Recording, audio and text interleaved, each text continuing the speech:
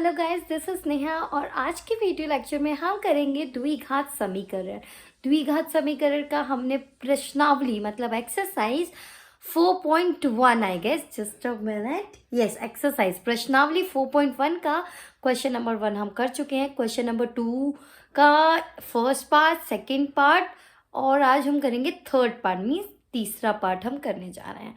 तो चलिए फटाफट से देखते हैं तीसरा पार्ट क्या है और इसमें कैसी स्थिति दी गई है, किस टाइप की सिचुएशन दी गई है और इस स्थिति को हमें द्विघात समीकरण के रूप में कैसे निरूपित करना है। तो चलिए फटाफट वीडियो में चलते हैं और देखते हैं क्वेश्चन क्या है। स्टूडेंट्स, ये है हमारे प्रश्नावली 4.1। हम हिंदी मीडियम में इस चैप्टर को कर रहे हैं और इंग्लिश मीडियम की भी मेरी दूसरी प्लेलिस्ट ऑलरेडी रेडी है, आप वहां से देख सकते हैं।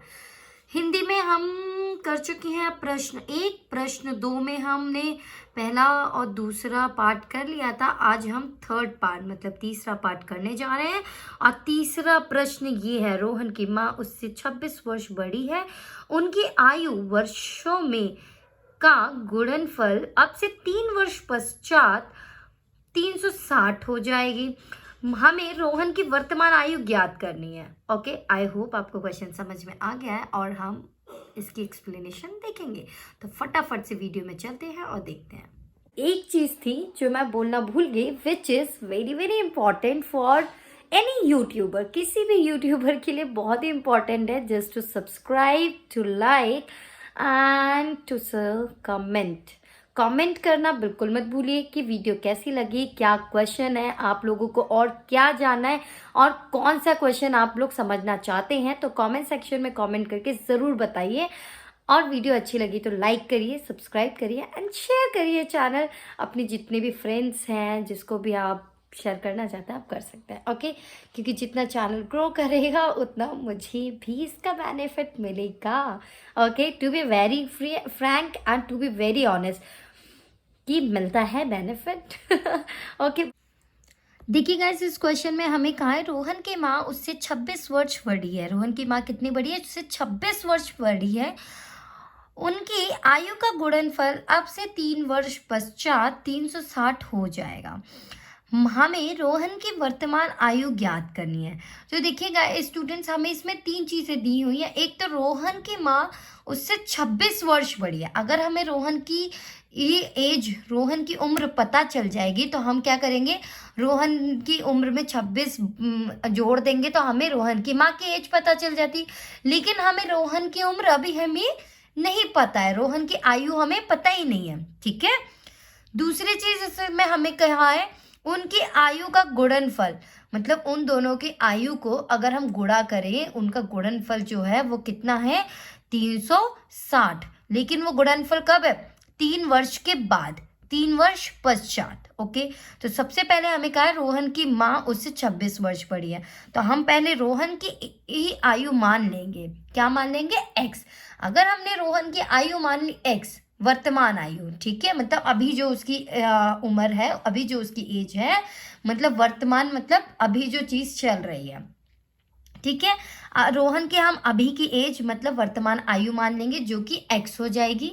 ठीक है, तो रोहन की माँ की उम्र क्या हो जाएगी? रोहन की माँ की आयु क्या हो जाएगी वर्तमान? x plus 26।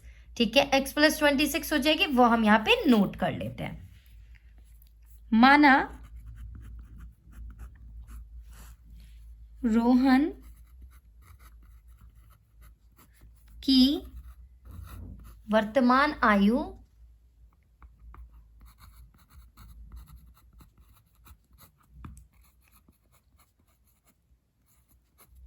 x है। ठीक है, रोहन की वर्तमान आयु हमने क्या मान ली? x। अब रोहन की माँ की आयु क्या हो जाएगी? रोहन की माँ की आयु कितनी हो जाएगी? x plus 26। रोहन की माँ क्योंकि 26 वर्ष बड़ी है इसलिए उसकी उम्र कितनी होगी? उसकी आयु होगी x प्लस 26। ठीक है, ये हमें रोहन की माँ की आयु। अब हम दोनों की 3 वर्ष पश्चात मतलब 3 वर्ष के बाद उनकी क्या आयु होगी वो हम निकालेंगे। क्यों? क्योंकि हमें क्वेश्चन में उन्हीं की 3 वर्ष पश्चात का ही गुणनफल दिया है, तो इसलिए हम इन दोनों का ही क्या करेंगे, 3 वर्ष के बाद इनकी क्या आयु होगी वो बता देंगे। देखिए समझ लीजिए, अगर आपकी एज अभी 14 साल है, ठीक है, 3 वर्ष के बाद, 3 साल के बाद आपकी उम्र कितनी होगी, आपकी आयु कितनी होगी, 14 में 3 जोड़ देंगे, है ना। अगर आपसे कोई पूछे कि आप 3 साल बाद कितने बड़े हो जाओगे, तो 14 में 3 जोड़ दोगे। तो वैसे ही इनकी आयु में भी हम 3 जोड़ देंगे, तो इससे हमें पता चल जाएगा 3 वर्ष पश्चात इनकी क्या आयु होगी। ठीक है, तो हम यहाँ लिख लेते हैं 3 वर्ष पश्चात रोहन की आयु। 3 वर्ष पश्चात रोहन की आयु क्या हो जाएगी, x में हम 3 जोड़ देंगे। समझ में आया।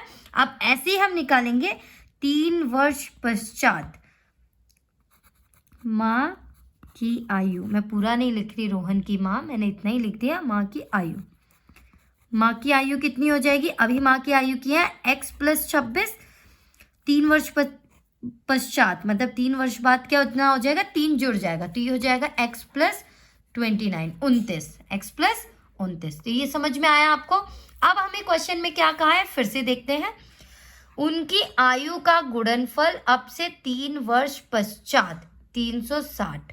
तो मतलब 3 वर्ष पश्चात एक ये आयु है रोहन की और एक ये आयु है रोहन की माँ की, तो इन दोनों का गुणनफल, तो मतलब x + 3 गुणे x + 29 इज इक्वल्स टू कितना दिया है, 360, सॉरी 306 है मेरे हिसाब से, मैंने कुछ गलत लिखा है, 1 मिनट चेक कर लेते हैं बुक में। ये है हमारे पास 360, यस,